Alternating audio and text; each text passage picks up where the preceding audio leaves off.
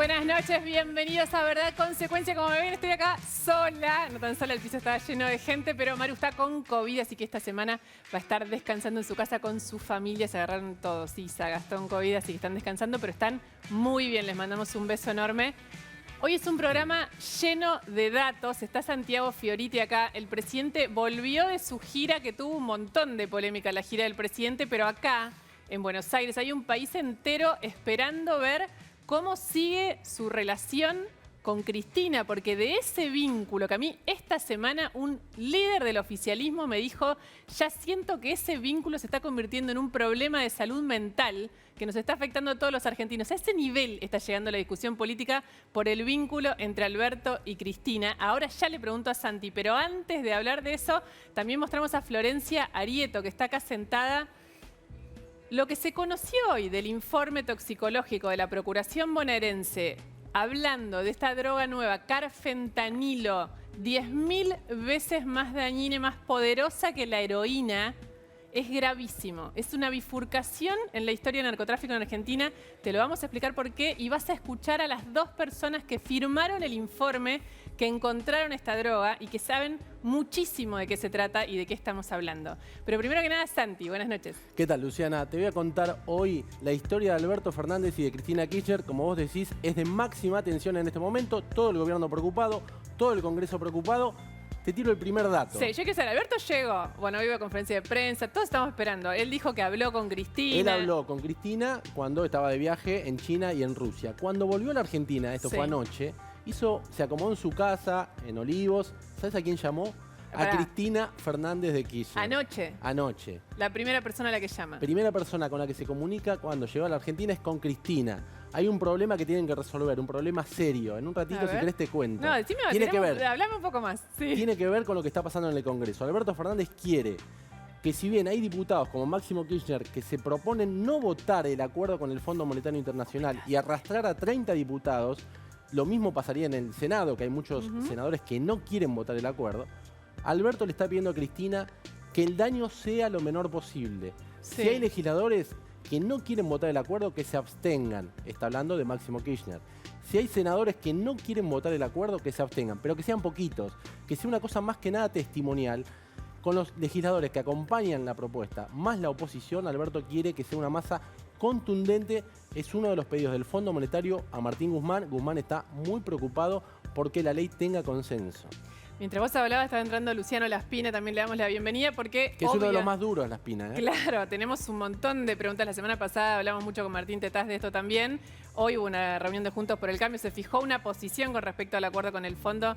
También tenemos que hablar de eso porque esa agenda tiene que ver con todos nosotros, lo que se va a resolver en el Congreso de la Nación y a ver si este acuerdo existe o no, porque hasta ahora no existe. Alberto llegó, dejó las cosas, saludó a Fabiola, está embarazada, le falta poco. La primera preocupación, número uno, anoche fue llamar a Cristina. Y ella lo atendió. Ella lo atendió, hablaron un rato largo. Lo que no sabemos si se le prometió lo que él pidió. Bueno, a ver, Cristina no quiere que haya default. Esta es una realidad. Pero al mismo tiempo cuestiona el acuerdo que hizo Guzmán con el Fondo Monetario. Lo cuestiona, según ella, no tiene todos los detalles de ese acuerdo. Máximo Kirchner le reprochó a Alberto en una conversación privada por qué Cristina no estaba al tanto de todos los detalles que sí sabe Guzmán y que según él no sabe Cristina. En el albertismo, hoy una fuente de gobierno muy importante me contaba, ojo que Cristina sabe todo. Lo que no quiere es pagar el costo del ajuste y ser la cara en el Senado de ese ajuste. Porque además hay una estrategia de Alberto Fernández de las últimas horas que es que el proyecto ingrese por el Senado y no por diputados. ¿Por qué? Alberto Fernández cree que si el Senado lo aprueba con Cristina Kirchner allí presente, tiene una ratificación de espalda muy distinta en diputados y se quedaría un grupo de la cámpora minoritaria en diputados para no aprobar para no votar el acuerdo. Ahí hay una diferencia obvia, ¿no? Cristina no tiene que levantar la mano, Máximo sí, claro, sí o no, pero en el caso de ella no. Máximo tampoco lo que quería Máximo. Tampoco hubo una rebelión en el Senado, por ahora. No, pero el Senado está en silencio. Sí, me da más miedo el silencio que la Cristina rebelión. no habla y los senadores tampoco. Cosa que en diputados uno empieza a ver de qué modo van a votar. Hay muchos diputados que dijeron vamos a votar a favor. Pero en el Senado hay un silencio que es sugestivo. Todo el mundo quiere saber si pasa de una telefónica o se van a ver. Se van a tomar el té de dulce de leche, Cristina, en la Quinta de Olivos, esa misa que suelen cumplir en secreto. ¿El vínculo está como para una presencial o no? Bueno, el vínculo está obligado a tener una presencial. Hay dirigentes que están trabajando para esa presencial que le dicen a Cristina, gente que la rodea, tenés que hablar con Alberto, aunque no te guste el gobierno, aunque las cosas no vayan como nosotros queremos, tenés que hablar porque tiene que haber acuerdo con el fondo. Y en el sector más íntimo de Alberto Fernández pasa lo mismo. Hablar con Cristina, llamarla. Bueno, Alberto la llamó. La llamó. Pero bueno, evidentemente hay una tensión, hay una máxima tensión, te diría, entre el cristinismo y la Cámpora. ¿Tiene reversa esa relación? A ver, lo que tiene atrás? es que Cristina necesita que Alberto más o menos le vaya bien si quiere que algún dirigente más cercano a ella tenga alguna posibilidad en 2023, y Alberto Fernández necesita, porque es el presidente de la Nación, que Cristina lo acompañe en algunas políticas. Esto se está discutiendo, incluso hoy una fuente me decía, van a necesitar un mediador, alguien que vaya y que... Está bien, pero llevamos, ¿cuánto tiempo llevamos de gobierno? 2 años. 2 años. Y lo que 2 pasa meses. Es que la relación fue cada vez peor, no fue cada vez mejor. Claro, pero lejos de un mediador, Máximo Kirchner funcionaba como un intermediario, Guado de Pedro. ¿Cómo? ¿Se habla Alberto Fernández con Guado de Pedro? Mira, te cuento 2 datos. Uno, Guado de Pedro era el interlocutor después de las antes de las elecciones. Después de las elecciones, cuando presenta su renuncia, Alberto dijo, yo no hablo más con Guado. De hecho, no habla, no lo recibe. Y el interlocutor pasó a ser Máximo Kirchner. Después de esto, Alberto dijo, no hablo más con Máximo. Probablemente... Pero con Guado tampoco. Con Guado no se habla. Por eso. El presidente solo habla con el ministro del Interior. Hay razones que sobran, ¿no? Pues, digamos, Guado de Pedro le renunció en la cara sin avisarle, fue dramático. Están en el mismo edificio, un piso de diferencia, no se hablaron nunca más. Y era se hablaron en las reuniones de gabinete, porque después te van a mostrar una foto y te van a decir, bueno, están acá. Pero la no personal recibe no volvió nunca más. El presidente al ministro político del gobierno no lo recibe a solas. ¿Por qué? Porque está enojado después de la renuncia. Y era el intermediario. En el vínculo con Cristina. Con Cristina. Cristina, cuando va a la Casa Rosada, fue 2 veces nada más, se reúne siempre a lo de Guado, es en el primer piso de la Casa Rosada. Alberto está en el segundo piso. Máximo, que era otro intermediario. Alberto, probablemente ustedes lo recuerden también porque se ha escrito muchísimo. Lo hemos contado acá, lo ha contado Santi cuando estaba con Diego a esta misma hora. Digamos, se supone que ese vínculo era feliz, el de Máximo con Alberto Fernández. Era una relación en la que Alberto siempre decía, ustedes no saben cómo es Máximo. Máximo es bueno, ahora genial, no lo es más. No estaría pensando lo mismo. ¿Se hablan o no se hablan más? Ahora hace un tiempo que no se hablan. Después de que Máximo lo llama y le dice a Alberto que va a renunciar a la presidencia del bloque, en una transacción que también ingresó Sergio Massa, que intentó que Máximo no renunciara a la presidencia del bloque, desde allí no se volvieron a hablar. Máximo Kirchner siente y dice, y su gente dice que Alberto Fernández lo ningunea, que cuando Máximo va a la Casa Rosada o a Olivos, en general a Olivos, y le presenta una agenda de temas, Alberto dice, están buenos esos temas, los vamos a seguir, y después, según Máximo, esos temas no prosperan. Alberto Fernández o su círculo, para ser más específico, lo que dice... El círculo son 7 personas. Sí, que ahora están un poquito envalentonados, sí, por ahí llegan a 10. Que están hablando, no te digo del albertismo, pero casi como diciendo, bueno, finalmente estamos haciendo un poco lo que queremos, porque el acuerdo con el fondo Cristina no le termina de cerrar, y Alberto dice que es el mejor acuerdo posible. Me parece que Alberto está como tratando de tomar aire. Es una estrategia que ya vimos, que ya el albertismo dijo, bueno, nos vamos a independizar de Cristina, vamos a informar y no a consultar. Bueno, esto después finalmente no termina pasando. Vamos a seguir en un ratito porque aparte hay un tema central también, que es tarifas. Tenemos algunas escenas con Santi para contar que son increíbles, que te van a dar una dimensión así como esta. Ese es otro tema de polémica, Lu. Llamado por la noche, ¿viste? Habla con Cristina, habla con Guzmán. Esto que ya estamos, yo diría, empalagados y enojados de esta relación puesta de esta manera. Sigue siendo así y cada vez peor. Pero ahora vamos con una información muy importante, una última noticia.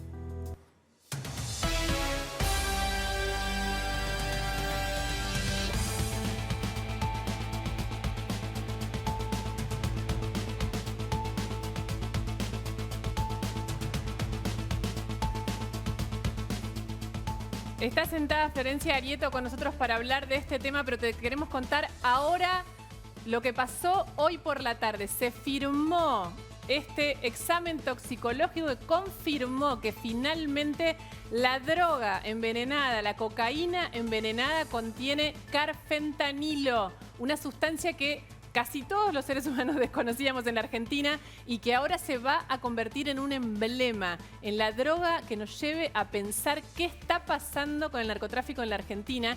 Y vamos a escuchar por primera vez a los dos científicos que firmaron este informe, que buscaron hasta encontrar cuál era la droga y nos van a explicar ahora de qué se trata y cómo lo hicieron. Ellos son Patricio Sarapura, director del Instituto Forense de La Plata, y el doctor Luis Ferrari, profesor en toxicología avanzada y química forense. Les doy las buenas noches a los dos. Buenas noches. Buenas noches. Buenas noches. Para empezar, doctor Ferrari, usted es un conocido especialista en este tema. Mi duda existencial es cómo vienen probando hace casi 10 días, qué sustancia podía ser la que identifique lo que se mezcló con la cocaína. ¿Cómo se les ocurrió probar con carfentanilo, un opiáceo que se usa para sedar elefantes o rinocerontes? ¿Es así? Claro. Sí. Bueno, mire, el tema, acá me gustaría que primero explicara el director, porque fue un pedido, una consulta, una asesoría que respecto a inquietudes que me gustaría que la expresara primero el doctor, y después yo les cuento cómo se fue asociando. ¿Cómo no? Patricio. Bueno, Luciana, la cuestión era que cuando empezamos a notar justamente que nos empezaba a llegar la información de esta cocaína, droga adulterada, comencé a investigar sobre el asunto, a ver qué podría llegar a ser. Pero todavía en el transcurso de los días nos venía faltando información como para poder orientar la búsqueda. Con lo cual, mientras recibíamos la sustancia a analizar y se procedía al análisis pertinente en este laboratorio, empezaron a surgir ciertos interrogantes, ¿sí? Con lo cual, por supuesto, llamó mi atención y traté de canalizar esta inquietud a mis superiores, a la Secretaría de Política Criminal, a cargo del doctor Pombergés y Alejandra Tarián, quienes me dieron una consigna específica: agotar todos los medios como para poder determinar fehacientemente qué es esta sustancia, y me daban la libertad absoluta de poder hacer un asesoramiento, y si era externo también. Con lo cual ahí procedí y ahí me acordé de mis viejos años de facultad, en donde tuve la dicha de tener al doctor Ferrari, quien llamé por teléfono para ver si me podía asesorar sobre este tema, y a su vez el doctor Ferrari fue armando también un equipo como para poder asesorarnos a nosotros en el trabajo en especial, ¿sí? Con lo cual, ahí no sé si Luis, continúa Luis, a ver, continúa. Sí, bueno, el tema fue así, mire, con el doctor Sergio Saraco, que es presidente de la Asociación Toxicológica, médico toxicólogo, estábamos compartiendo las noticias que llegaban de nuestros colegas, de médicos que estaban en emergentología, digamos, en unidad de terapia intensiva, donde nos llamó la atención que respondían a la naloxona, que es como si fuera un antídoto de los opioides, llamados sustancias relacionadas con la morfina, para hablarlo en forma más clara. Y una característica que tenían los pacientes era que respondían a concentraciones muy elevadas de naloxona, de este antídoto, y bueno, de alguna manera, entonces con el doctor Saraco empezamos a lucubrar de que esto deberían ser sustancias no naturales. De ahí descartamos que fueran opioides naturales, morfina y otros tipos inclusive también heroína. Y de ahí entonces vino esa hipótesis. Yo le dije al director que entendía que había que dividir el trabajo, digamos, en tres. Esa fue la estrategia, en tres avenidas. La primera, utilizando métodos básicos; la otra, a través de, muy amablemente, la empresa de Amico Sistemas de Capital, que tiene, digamos, una aparatología de cromatografía líquida, nos facilitó un aparato avanzado llamado UPLC, a través de Daniel Pomies, muy amablemente nos trabajamos ahí. Después creo que un trabajo que hay que ponderar es el del profesor doctor Gerardo Barton, que está a cargo del UNIFORM y de la Facultad de Ciencias Exactas en la Cátedra de Química Orgánica de la Universidad Nacional de Buenos Aires. Él, junto con sus dos colaboradores, el doctor Cristian Rodríguez y el doctor Gabriel Casas, Entre ellos tres entonces analizaron a través de resonancia magnética nuclear y una aparatología que hay prácticamente no hay en el país, que es, digamos, la cromatografía líquida con lo que se llama tándem masa-masa, que significa, a ver, le explico, creo que se va a entender, es como si usted rompiera un vaso y se hace, bueno, astillas más chiquitas, pedazos de vidrio más grandes. Los doctores lo que hacen es bombardear esa molécula o esa estructura química y la rompen en pedacitos. Y se va analizando en esos pedacitos cuál es la probabilidad o qué probable sustancia pudiera haber. Pero no es tan sencillo porque hay como un mito de que uno pone en un cromatógrafo y esto sale. Claro, y esto sale, de por hecho, eso los doctores acá pudieron confirmar en el laboratorio de la Procuración, pudieron confirmar la cocaína. Lo que pasa es que el carfentanilo estaba en tan baja concentración que era muy extremadamente difícil que se encontrara. Y es lo único Piense que encontraron, esto, perdón, es lo único que encontraron además, o sea, esta cocaína y esta sustancia. Y cuando usted dice tan baja concentración, pero con esa baja concentración el daño es la muerte.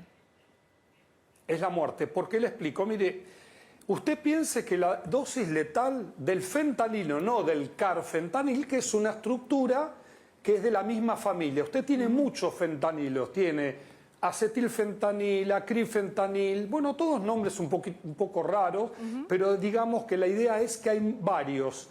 El fentanilo con 3 miligramos, 3, produce la muerte, o sea, las 1000 partes del gramo. En este caso tenemos que prácticamente estamos en el orden del 1.000.000 de partes del gramo para el carfentanil. O sea, tiene 1.000.000, sí. No, es para darle una idea del grado que estamos hablando. Ahora, si usted piensa que una persona, digamos, que consume cocaína, por lo menos hizo una línea de 200 miligramos, usted piense que el nivel que tiene que estar este compuesto, o sea, está en niveles extremadamente bajos. Y es la primera vez, obviamente, que se da en nuestro país, en el Uruguay también yo tengo colegas, estuvimos conversando también, nunca, no se encontró tampoco, esto vino de Estados Unidos. ¿Hay posibilidades de que el que hace esto no sepa lo que está haciendo cuando lo mezcla? Eso es muy difícil de contestarlo porque...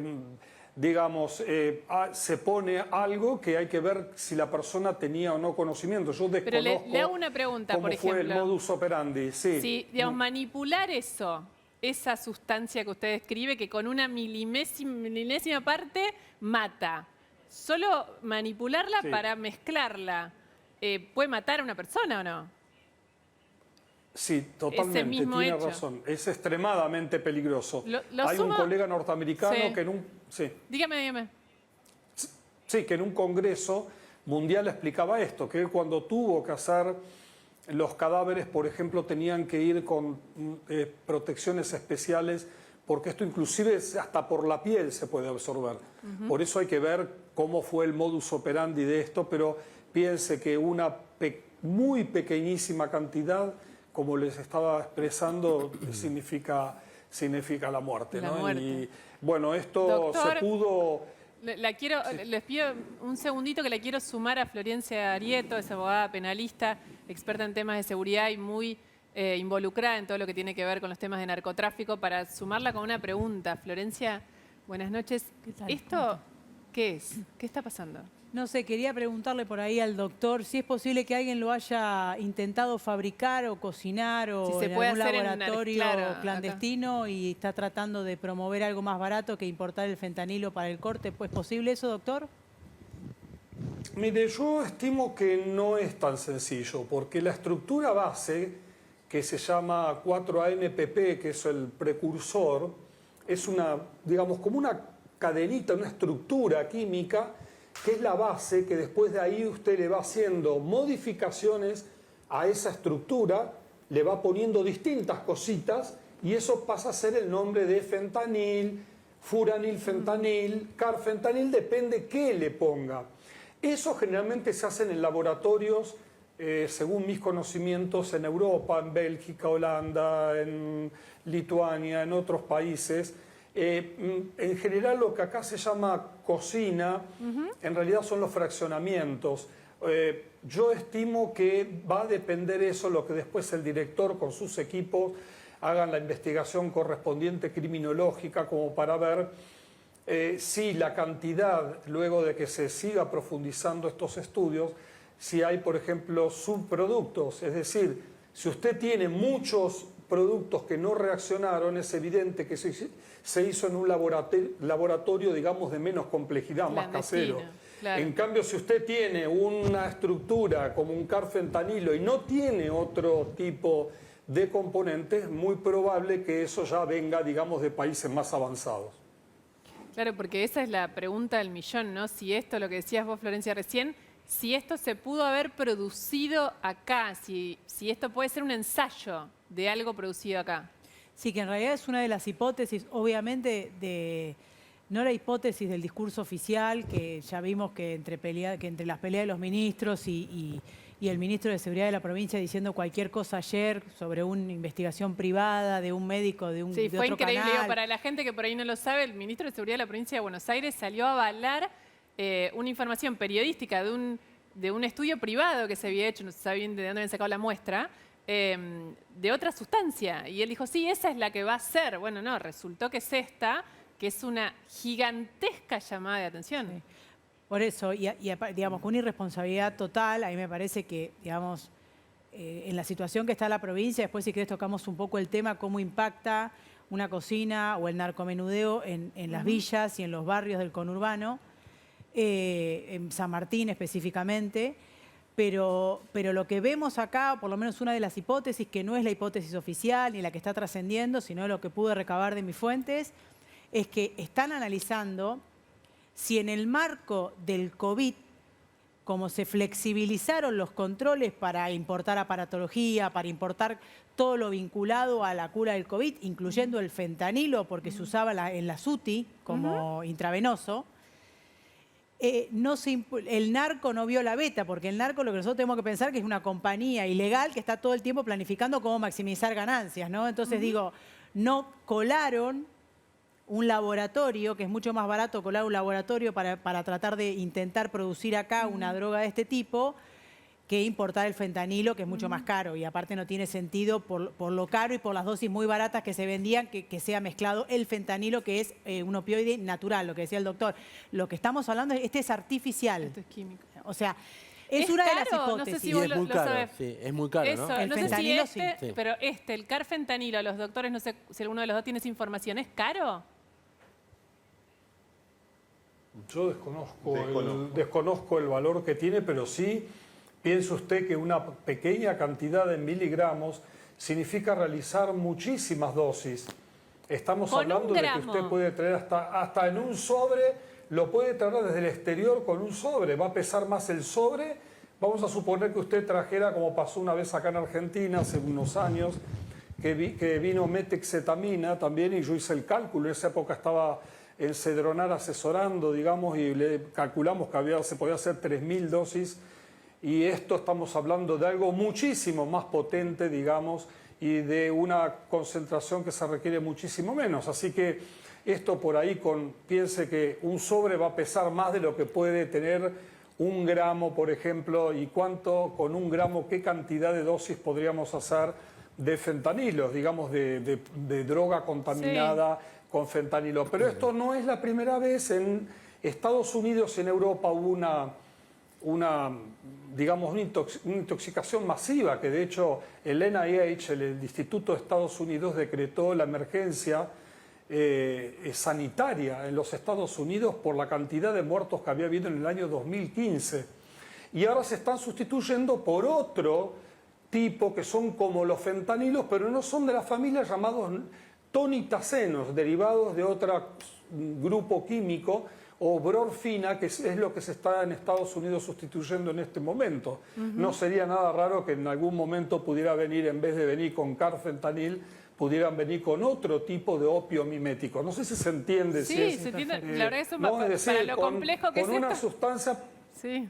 Es complejísimo, Pero se es muy entiende, complejo. se entiende clarísimo. Les hago la última Yo pregunta. creo que sí, quiero hacer un hincapié que es, bueno, agradecer al director, al licenciado Sarapura, porque yo realmente respondí a su pedido de verlo realmente tan interesado, muy interesado, y se abocó, realmente trabajó a la par con nosotros, estuvo continuamente, digamos, en toda la tarea pericial esta que hicimos en forma de equipo, y especialmente quiero hacer hincapié al profesor doctor Gerardo Barton de la Facultad de Ciencias Exactas, realmente una eminencia. Es un orgullo a nivel nacional tener semejante analista, digamos, orgánico. Y nosotros les agradecemos muchísimo. Ha facilitado mucho. Les agradecemos muchísimo a todos ustedes, el trabajo que hicieron. También hay otro laboratorio, de que no recuerdo el nombre de la médica, por eso no lo quiero decir de memoria, pero que también hizo el mismo trabajo, lo hicieron de modo independiente, esto para que la gente sepa y se quede tranquila. Acá hay 2 estudios paralelos que se hicieron de modo independiente y los 2 llegaron a la misma conclusión, no es que estaban trabajando de modo interactivo.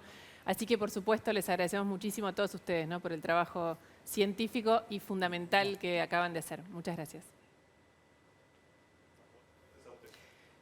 Florencia, Sí. A mí me impacta mucho porque se siente como una bifurcación. Esta semana Mónica Cuñarro dijo, nosotros ya somos productores de drogas. ¿Esto lleva esa firma?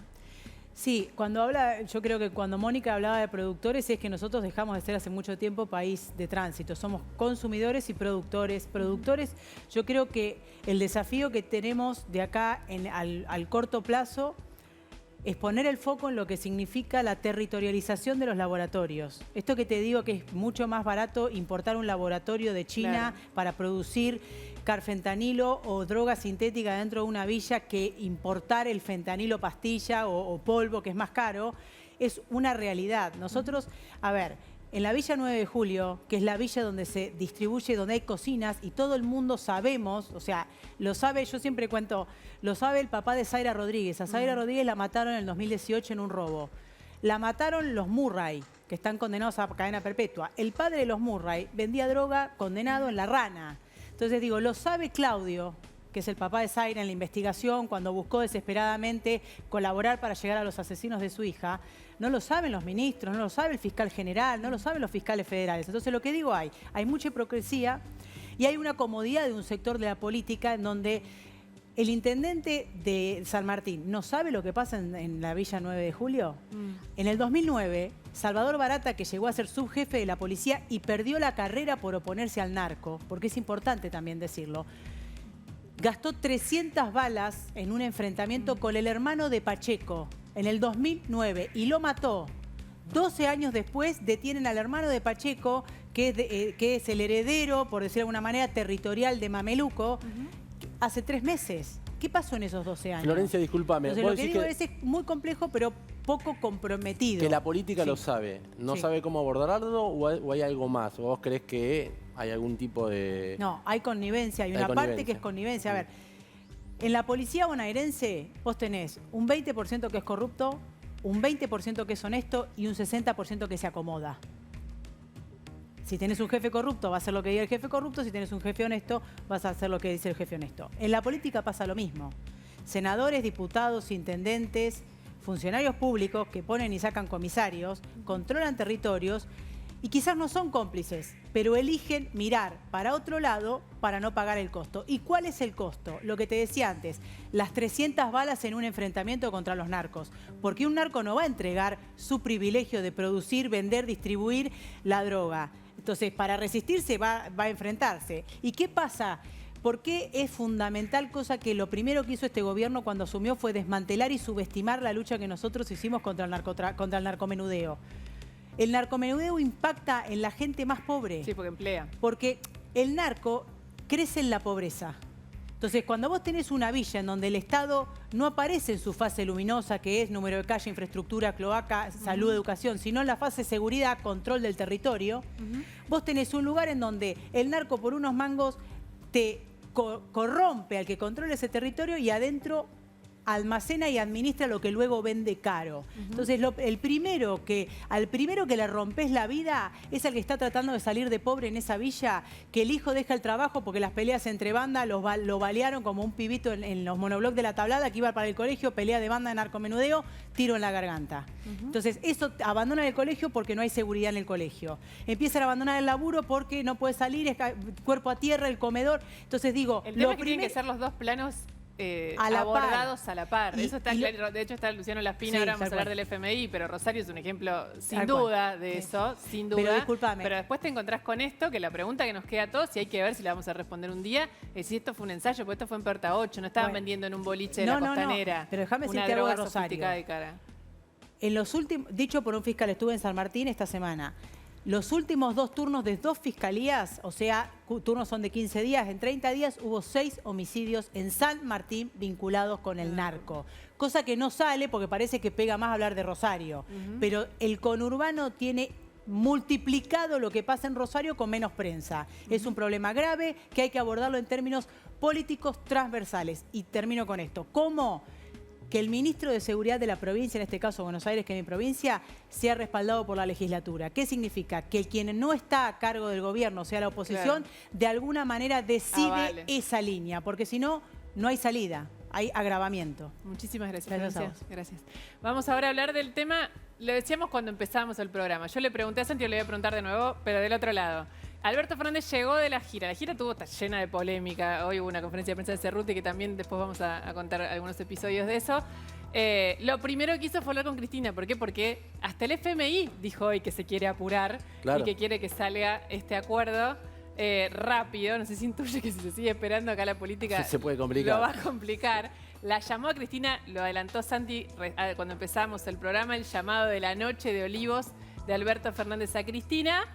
Y mi pregunta ahora es, lo tengo Luciano Laspina, se le preguntaré a él también, pero antes a Santiago. Hoy hubo reunión de Juntos por el Cambio y salieron con algo. Salieron con algo. Bueno, ¿alguna hoy, unidad de hoy- criterio? ¿O no? Sí, hay unidad de criterio parcial por lo menos, o temporal diría yo. Estuvo Mauricio Macri, estuvo Larreta, estuvo Patricia Bullrich, estuvo la gente de la coalición cívica que responde a Alicia Carrió. Bueno, ¿Qué decidieron en definitiva? lo que digamos, decidieron, en concreto? por lo menos, en concreto lo que dijeron es no queremos el default.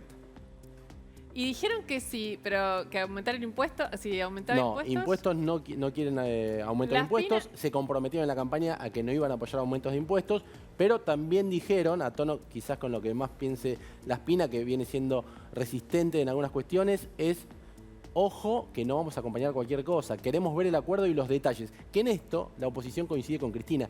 Quiero ver el acuerdo. Sí, todo el mundo quiere ver el acuerdo, nadie lo conoce. Pero vamos a hablar. Laspina, perdón, ¿impuestos sí o no? No es sin desarrollo.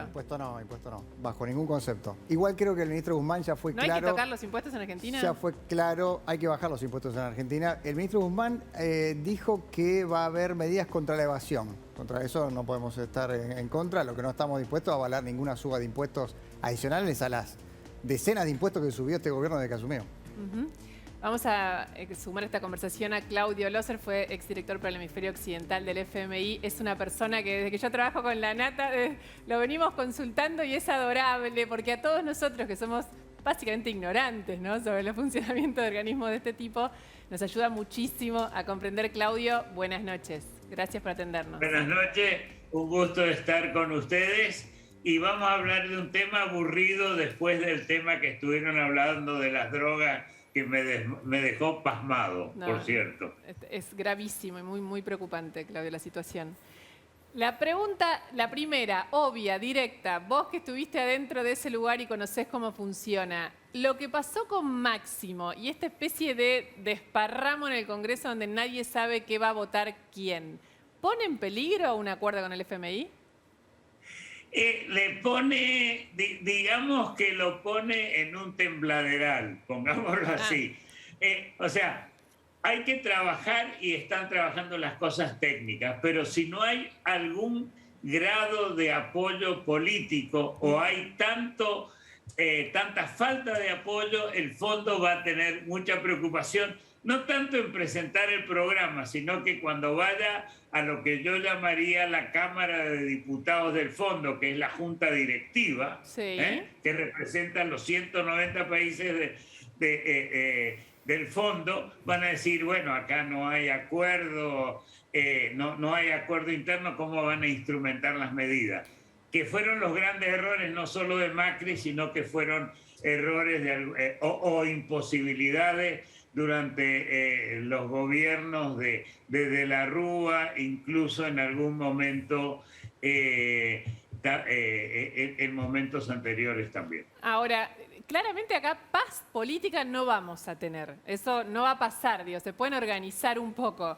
Pero de hecho, acá está uno de los representantes de la oposición, economista, usted lo debe conocer, Luciano Laspina, que ahora le vamos a preguntar, pero la oposición tampoco ni siquiera está muy de acuerdo hacia adentro, todos por igual lo que creen que tienen que hacer con este acuerdo. Digamos, aún así, como para darnos una expectativa de que esto, digamos, ¿es viable? ¿Es una opción? ¿O te cree que cuando llegue a esta Cámara de Diputados del FMI al directorio con este escenario no va a prosperar? No me atrevo a decir eso, Okay. porque yo en mi vieja vida he pasado por muchas de estas donde había pelea. Yo creo que en última instancia el principio es que el miedo no es tonto. El miedo no es tonto y tanto la oposición como el gobierno van a tener que llegar a un grado de entendimiento de que no están de acuerdo en todo, pero que hay que tener programa. Y yo creo que el fondo lo va a aceptar. No es que tiene que haber una línea perfecta, pero si es rechazado el programa en el Congreso, es muy difícil ver cómo se puede hacer. Es muy difícil. Santi. No, le quería preguntar a Laspina justamente con la reunión de hoy, si efectivamente la oposición está más proclive a acompañar al gobierno en la aprobación del acuerdo. Un default con el fondo sería innecesario e irresponsable, por definición, con lo cual no habría ningún motivo para que Argentina no tenga un programa con el Fondo Monetario. Primero, por una sencilla razón. Argentina está ante un ajuste inevitable. Esto tiene que tenerlo en claro la gente. No es que el Fondo Monetario impone un ajuste. Argentina se quedó sin financiamiento, no tiene crédito externo, tiene un mercado de capitales donde se financia internamente que ya lo ahorcó hasta sacarle todo el jugo, incluso a los propios bancos. No tiene reservas y no tiene capacidad de seguir imprimiendo billetes porque hay muchísima inflación. Se quedó sin financiamiento, va a un ajuste inevitable. Puede hacerlo de dos formas, de manera desordenada, sin el Fondo Monetario, en default, en una autarquía financiera y un descontrol probablemente cambiario interno, o lo puede hacer de manera ordenada y gradual a través del Fondo Monetario. Un camino parecido, si ustedes quieren, al que eligió Mauricio Macri en el año 2018 de manera muy responsable. Dicho esto, Vamos a tener la misma discusión que tuve con Tetaz la semana pasada. Es difícil escucharlo decir eso. De manera muy responsable con los vencimientos que teníamos este año. Le voy a preguntar a Loser. Loser, ¿usted cree que el acuerdo que hizo Macri con el FMI, con los vencimientos que tenemos para este año que viene, era un buen acuerdo? No, yo no creo que era un buen acuerdo. ¿Por qué? No porque era Macri. Creo que los principios estaban muy claros y creo que el diputado lo dijo mejor que yo. Me ha dejado casi sin palabras en lo que... Pero el problema es que se le prestó demasiada plata y se dejó demasiadas cosas en el aire, pensando que se iba a poder hacer cuando no había suficiente apoyo. El ajuste era el que se hizo y cuando llegaron las elecciones realmente estaba empezando a funcionar el programa. Esa es la peor parte, o sea... Claro, se habían pagado todos los costos, pero políticamente no lo pudieron vender. O sea, el programa empezó un poco mal y después se fue arreglando, pero ahí es cuando entró la parte política. Entonces, en resumen, era un programa más o menos, pero era un programa manejable siempre que hubiera un cierto apoyo dentro del país. Loser, y la última, le agradecemos muchísimo por habernos explicado como siempre. Este acuerdo que se está hablando, que faltan un montón de detalles, ¿es viable sin un ajuste muy fuerte? El ajuste lo va a hacer la Argentina, como dijo mi profesor ahí, el ajuste hay que hacerlo de todas maneras. yo creo que eso de decir que no va a haber ajuste, sino que va a haber corrección y todo eso es puramente un tema de palabras. De relato. El ajuste Discursivo. tiene que hacerse, la Argentina no tiene forma de seguir así, no hay plata. Con el fondo algo de plata va a haber, algo de arreglo y algo de apoyo. Sin el fondo la Argentina se queda sola con los argentinos, no importa de qué nivel de ingresos, sufriendo de inflación y sacando la plata a través del dólar blue. Muchísimas gracias, un placer. Muchas gracias. Muchas gracias por tenerme con ustedes, muy amables. Buenas noches. Desde Claudio Lózar, venimos hablando con él. Es lo más cerca de una explicación sencilla de un exfuncionario del FMI.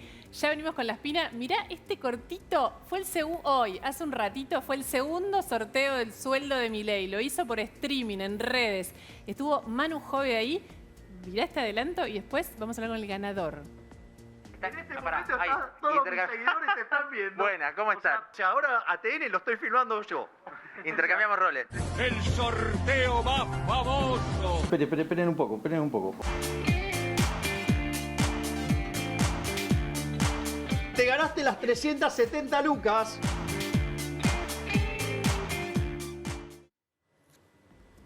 Ahí estaba, y hubo un ganador, un segundo ganador. El primero era un kirchnerista. Claro. ¿Se acuerdan de eso, no? El Ahora es primer militante ganador. de Milei. Ahora es un militante de Milei que estaba encantado porque va a ligar el sueldo de diputado nacional.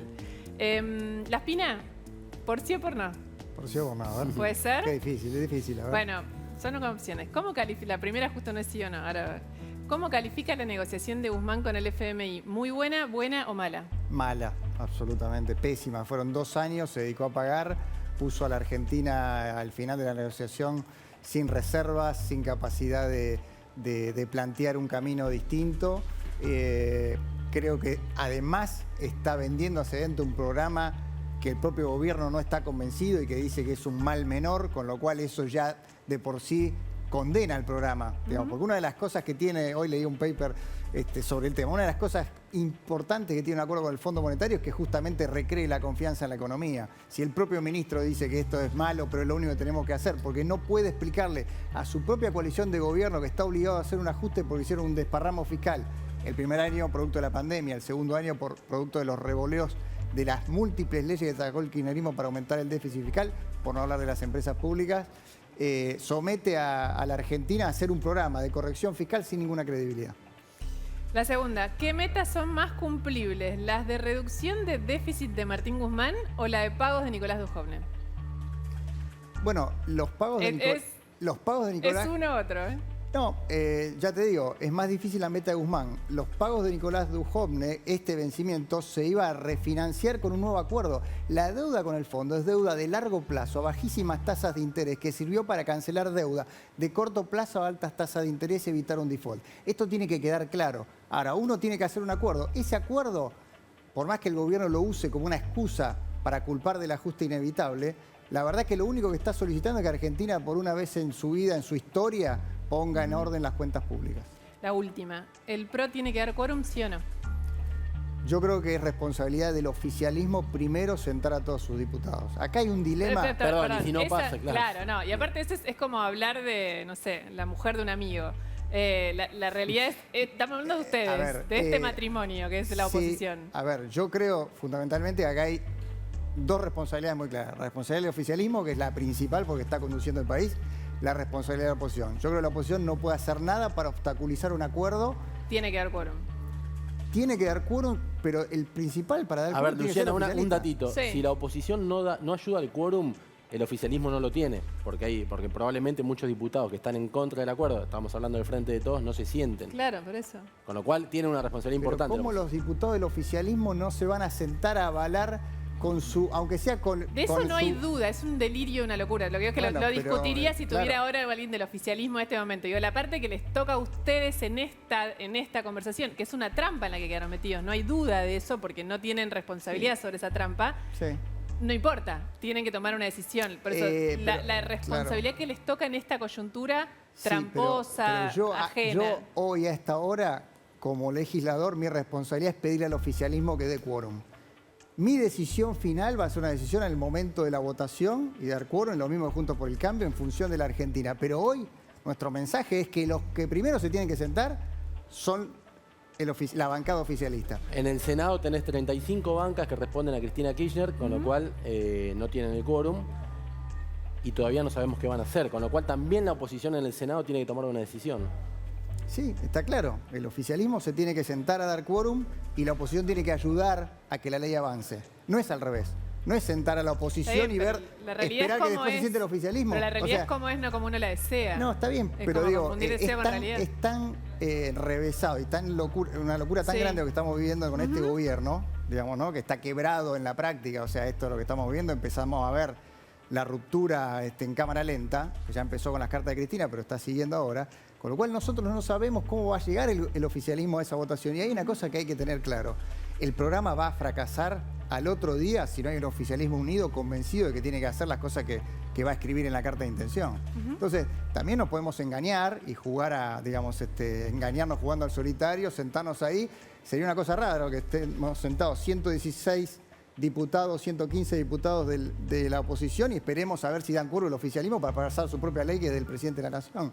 A este sinsentido nos está llevando Máximo Kirchner. Ahora, si vos me preguntás a mí, yo creo que el oficialismo se tiene que sentar primero y sujeto a eso, la oposición tomará una decisión en función de cuál es el grado de cohesión del oficialismo detrás del apoyo al presidente de la Nación. Muchísimas gracias. Ahora sí, a las dos. Muchas gracias por venir. Gracias a ustedes. Camino a la barra, finalmente. Bueno. Voy a parar. Porque vamos a recibir después de este tape a Manu Jove, porque Manu Jove fue hoy a esta transmisión por streaming. Segundo sorteo del sueldo de Milei. Mira esto, por favor. En este momento todos mis seguidores te están viendo. Buena, ¿cómo están? O sea, ahora ATN lo estoy filmando yo. Intercambiamos roles. El sorteo más famoso. Esperen un poco. Pagaron los sueldos de diputados y por lo tanto hay sorteo de Javier Milei. El primero fue en Mar del Plata en enero, pero hoy es acá, en el centro porteño.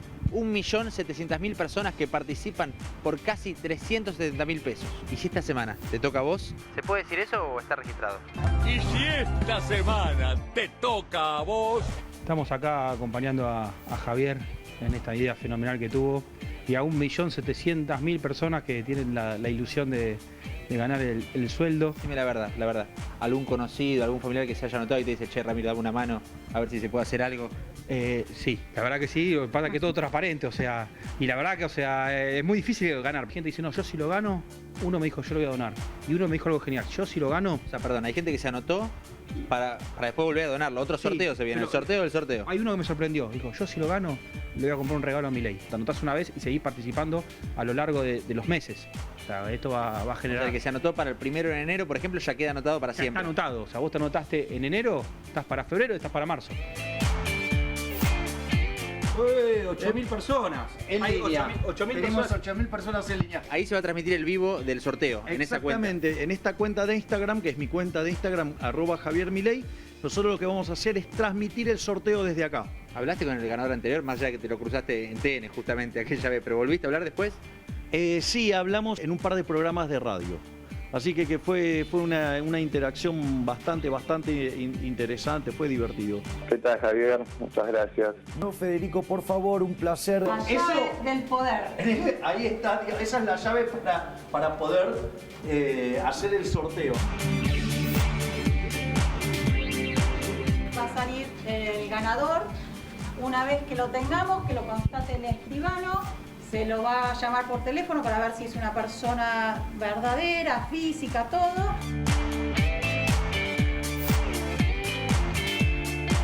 El ganador se llama Jonathan Lexuk. Hola, Jonathan. Javier, querido. ¿Qué haces, Jonathan? Te ganaste las 370 lucas. Eso fue un montón. ¿Estás contento? No, estoy que no entro en mí. ¡Viva la libertad, carajo! ¡Viva!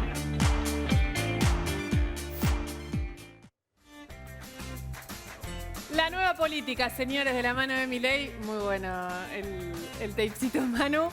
Y vamos a hablar con Jonathan. Vamos a hablar con el ganador, prometido. que como decía vos, Lu, a diferencia de lo que había pasado en el sorteo anterior que se realizó en enero, es una persona, sí, esta vez afín, por lo menos, a las ideas de Milei. No te digo votante dijo de Milei cuando se enteró? Bueno, le cambió la cara, se puso contento cuando vio que no era otra vez un votante kirchnerista como había sido la vez anterior. Esto sí, no votante de Javier Milei porque es de provincia, residente de provincia de Buenos Aires, de Lanús, así que en todo caso un militante. Bueno, para los sueños de Milei. Jonathan, buenas noches. Hola Luciana, ¿cómo estás? ¿Cómo estás? Contame primero, si me pueden alcanzar un monitor así lo puedo ver a Jonathan. Jonathan, decime por favor, primero, ¿te anotaste la otra vez y esta? ¿Y qué pasó cuando ganaste? 369.000 pesos. Y encima sos votante de Milei. Mirá, yo vivo en Lanús, así que no lo podía votar, pero Bueno, mi sos hermano que sí vive, seguidor. claro, mi hermano que sí vive en Capital, le comí el coco con que voté a Milei. Por mí, por lo menos. ¿Y cuándo te anotaste? Me anoté antes del primer sorteo. De hecho, traté de anotarme después, pero bueno, una vez que ya estás anotado para todos los sorteos. Así que ya. ¿Y estabas mirando la transmisión, todo? Digamos, en el momento en que sucedía, ¿estabas mirando? No, justo hoy nos fuimos a pasar el día al pueblito de Uribe, Uribe Larrea, Sí. con mi esposa y mi hijo, y llegamos,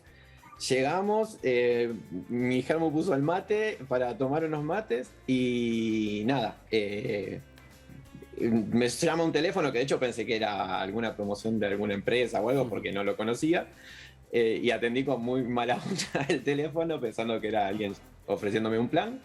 Y no, era Javier Milei avisándome. ¿Y no pensaste que era una broma? Lo primero es que sí, de hecho, mi esposa me dice, che, no te estarán tratando de sacar los datos. Claro, totalmente. Lo primero que pensamos.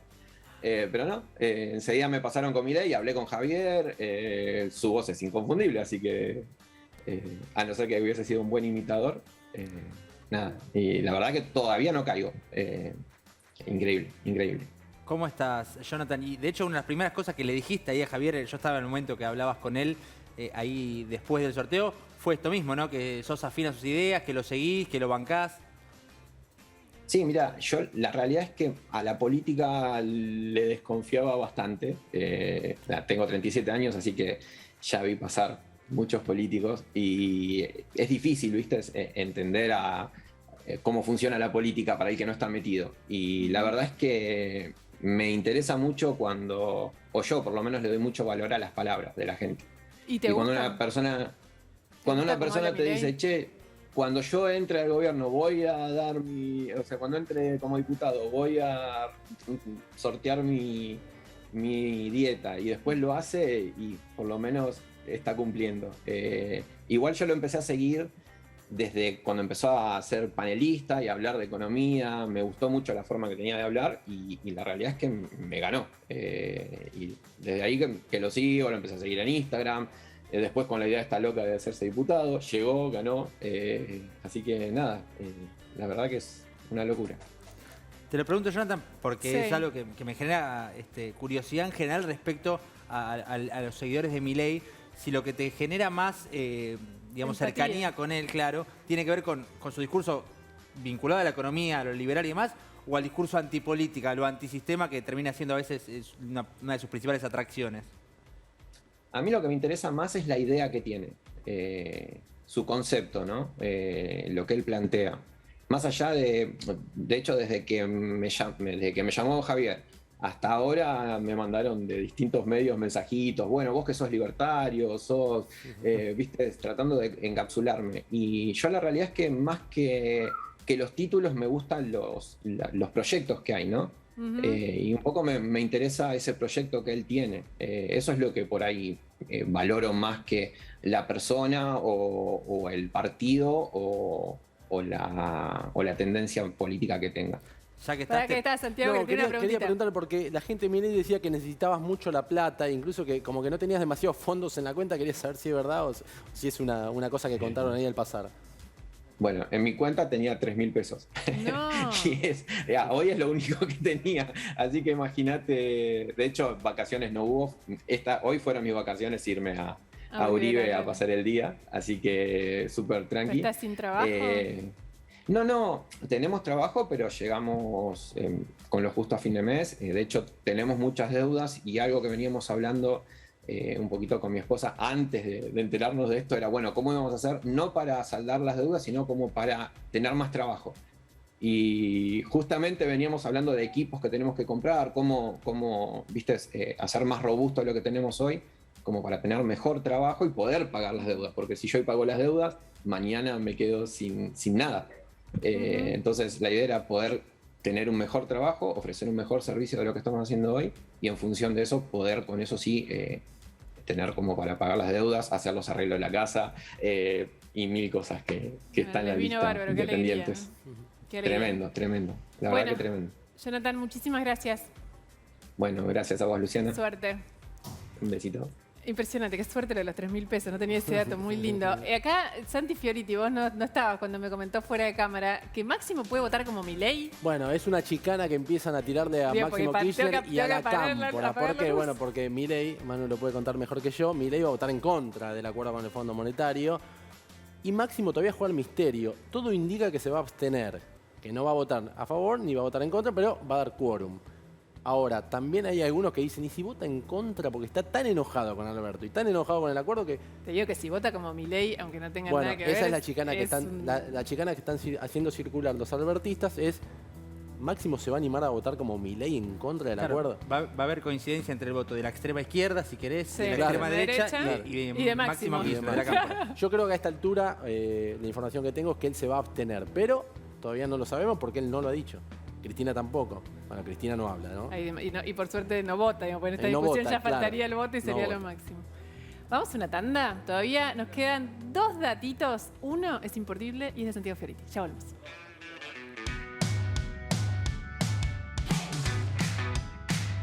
Señoras y señores, cuando son las 11:01 estamos por entregarle el programa a Franco Mercuriali, pero nos queda un último dato de Santiago Fioriti. Primero, mirá hoy a Gabriela Cerruti, que volvió de China, también descansó, durmió y hoy dio conferencia de prensa.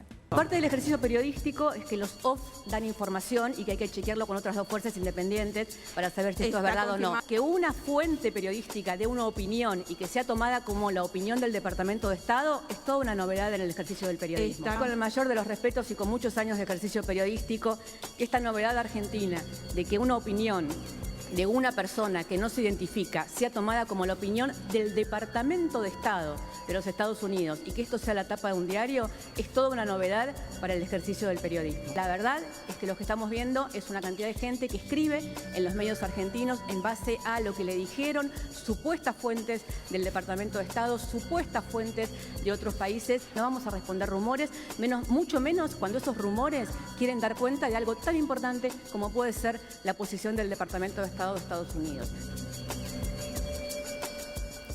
A mí me encanta debatir sobre periodismo, no siento que seamos sagrados ni nada, pero digamos, la conversación sobre el off the record de Gabriela Cerruti, que no sirve como fuente válida cuando es periodista, además lo ejerció usando el off the record un montón de veces, también y además hablaba de una nota de La Nación que escribió un periodista importantísimo, uno de los mejores periodistas de la Argentina. De la Argentina, sin duda.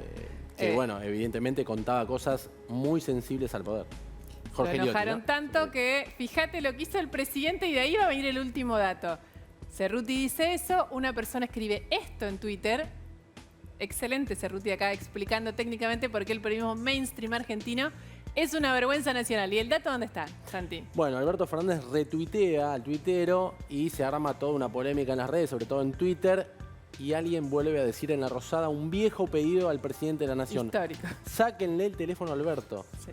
Alberto Fernández, bueno, tuiteaba muchísimo antes de ser presidente. De hecho, bueno, se han hecho programas enteros contando lo que decía antes de ser presidente y antes de ser candidato de Cristina Kirchner. Bueno, en los últimos tiempos Alberto estaba más tranquilo con el teléfono. No, pero después de mucho... ¿Había tenido algún incidente con retweet, con me gusta? Con Instagram, contestando mensajes privados en Instagram a cualquier persona. Agrediendo periodistas, bueno, hay periodistas muy conocidos. Finalmente, en los últimos tiempos, por lo menos semanas, Alberto estaba más tranquilo con el Twitter. Cierto. Hoy volvió. Y le pidieron, saquen el teléfono a Alberto. Ahí está, pero veremos cómo sigue. Es lo que dice su entorno siempre, ¿no? Esta historia claramente continuará. La pregunta, Santi, siempre es él, digamos, el del teléfono. No es que alguien se equivocó, como dijo Aníbal la semana pasada. Cualquiera que lo conoce sabe que Alberto Fernández... Alberto Fernández vive con el teléfono en la mano. No, vive, duerme todo. Digamos, el teléfono de Alberto Fernández está siempre conectado. Es difícil que no esté en línea. Así es. Señoras y señores, muchísimas gracias por estar acá con nosotros. Le mandamos un beso enorme a Maru, a Isa y a Gastón, que se recuperen. La semana que viene los tenemos acá. Y a ustedes también los esperamos acá. Gracias, Santi. Totales. Gracias por venir. De nada. Manucho. Gracias, Leo. Hasta el jueves. Nos vemos. Que estén bien, que descansen. Chau.